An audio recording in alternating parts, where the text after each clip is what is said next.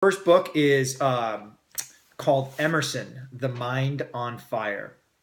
And this is about, one of the great American writers, Ralph Waldo Emerson, uh, one of my favorite writers. And this is written by a gentleman, Robert D. Richardson Jr. And this is originally was really intended to be sort of a graduate level course on on Emerson's life, as opposed to a biography made for commercial sale.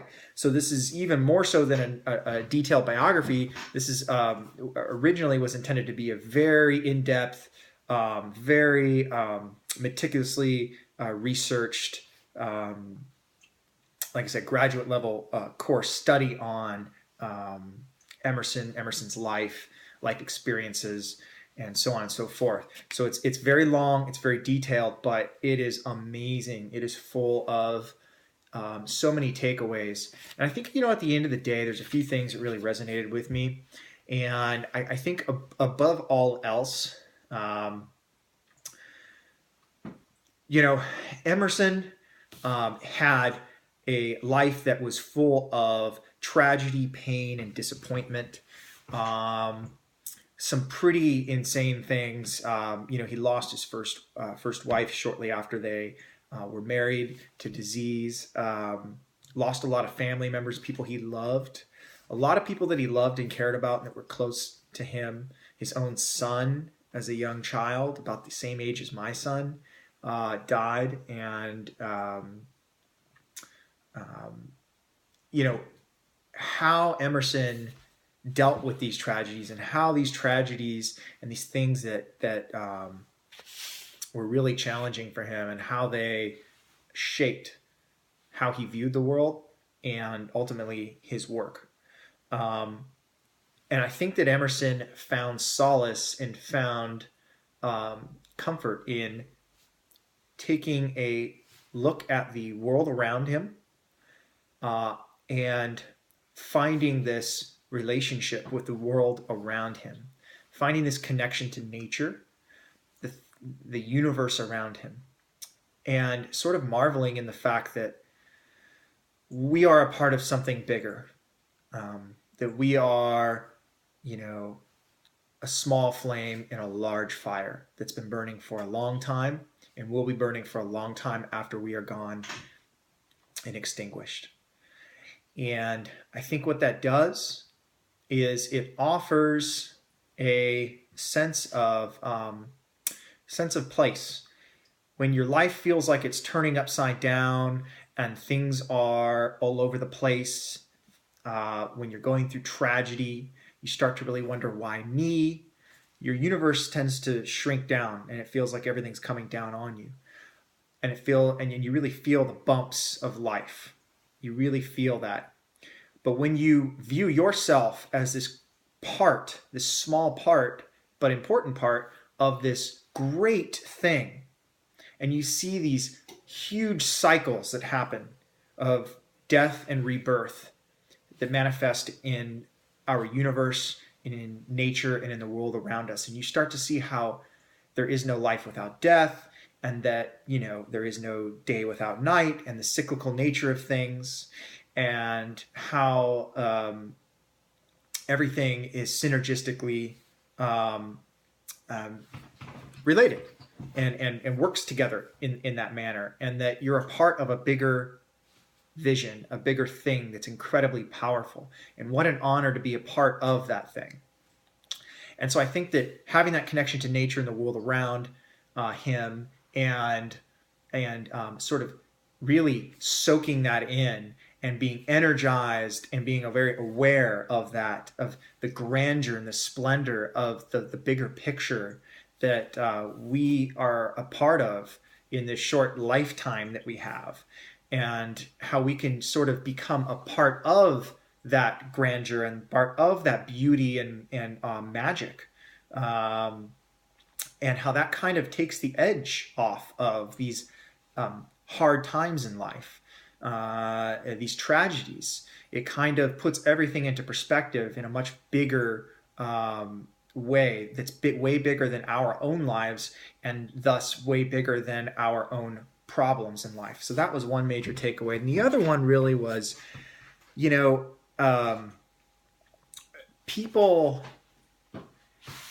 and I find this, I read a lot of biographies, I'm obsessed with biographies. And what I find is that these great people that we put on a pedestal are just people. And they have hopes and fears. They really fear is something, their own mind and their own fears and insecurities and the struggles going back and forth between that. The greatest of the great all experience those things. And Emerson is definitely no exception. And what I also realize is that we tend to take this big picture, this snapshot of these people. And it's like, this is Abraham Lincoln. This is Ralph Waldo Emerson. This is Alexander the Great. But the thing is that these people lived a long life. At different points in their lives, they were influenced in different ways. One of the audiobooks I'll do a review on is a recent biography on Albert Einstein, and same thing with him, just like with Ralph Waldo Emerson. There were phases in their lives and times where they contradicted each other, and where they basically had a total reversal of opinion. And it just goes to show you that, life is ever changing, and that's sort of the definition of life is change. Without change, with stagnation, that's death, that's dying. Growth is life, is living. So we shouldn't expect ourselves to be the same person every day. We've learned something every day. We've changed as people every day. In a year from now, I'm not going to be the same person, and that's okay. In fact, it's necessary. If I'm not, then something's wrong. I'm dying. I'm not living. And Emerson, really, if you you really see how this genius is not just some this guy started writing some great things. He was influenced heavily by by not just life, but also reading and researching a lot of historical texts, a lot of classic literature, a lot of very old literature, and reading and rereading and reading. The guy read so much, it's unbelievable. If I spent the rest of my life just reading, I don't think that I could even read half the books that this guy did. And it is unbelievable. And it wasn't until he had read what most people would not be able to do in 10 lifetimes. It wasn't until he had all of that influence and all of that context from other people's experiences that had written these texts, these great texts, that he was able to then take his own experience in life and what he's learned from the things that he read and write and create some things that are incredible. And this touches on another topic that I think is very interesting, and that is that nothing is original. Not even Emerson's the way that he looked at things and the whole transcendentalist thing and all this stuff. Nothing is original. Everything has been thought of. Everything takes little pieces from everywhere else. Nothing I'm doing or saying is original. It's not, look at me, I came up with some great plan. Everything is, just like life, we are our collection of our experiences and the experience that we gain through interacting with other people in the world around us. And Emerson is no exception to that. And he just had a shit ton of experience, more experience than most people do. And that was the thing that really impressed upon me, that I think a lot of people really tend to be like, okay, I got to come up with something new. I got to create this next startup. I got to do X, Y, and Z. And they haven't spent a lot of time listening to other people, reading and reviewing things that have come before them, and really getting some context and some depth, and taking that time to develop that, and then using that collective pool of knowledge, information, to then spring forward and package it in a way that is original, that can be something that makes an impact in the world and changes the world.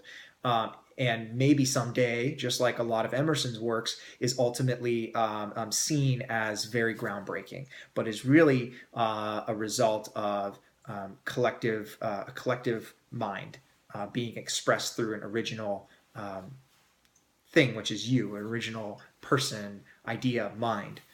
So those were the things that were major takeaways for me. Highly recommend the book. It's an incredible audiobook. and it really gave me some things to think about, and it really helped me put some things into perspective. So, fantastic book. It's called Emerson, The Mind on Fire.